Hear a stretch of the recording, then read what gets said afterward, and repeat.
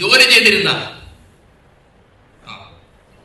ആ പെൺകുട്ടിയെ ഭീഷണിപ്പെടുത്തി അവരെ അപമാനിക്കാൻ വേണ്ടി ശ്രമം നടത്തിയപ്പോ അതിന് തയ്യാറില്ല എന്ന നിലപാട് സ്വീകരിച്ചവന്റെ പേരിൽ മാത്രം നാളെ മുതൽ ജോലിക്ക് വരണ്ട എന്ന് പറഞ്ഞ് അവരെ ജോലിയിൽ നിന്ന് പുറത്താക്കി.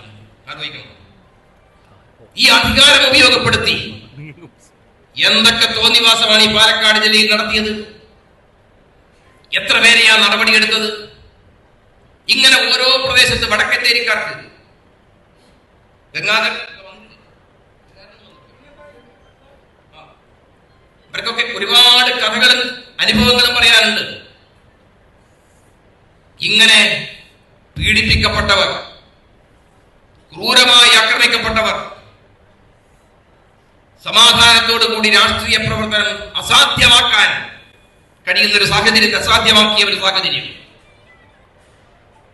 ഇതൊരു കമ്മ്യൂണിസ്റ്റ് പാർട്ടി അനുവദിക്കാൻ പാടുമോ?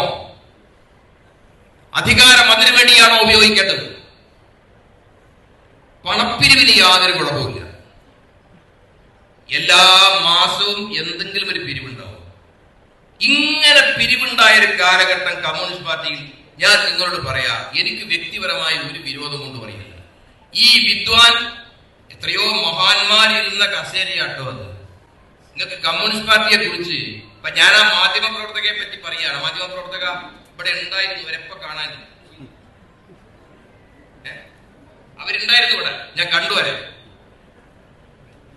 അവരുൾപ്പെടെയുള്ള ആളുകളോട് ഞാൻ പറയാ, ആരൊക്കെ ഇരുന്ന കസേരയ കമ്മ്യൂണിസ്റ്റ് പാർട്ടിയുടെ ജില്ലാ സെക്രട്ടറിയുടെ കസേര.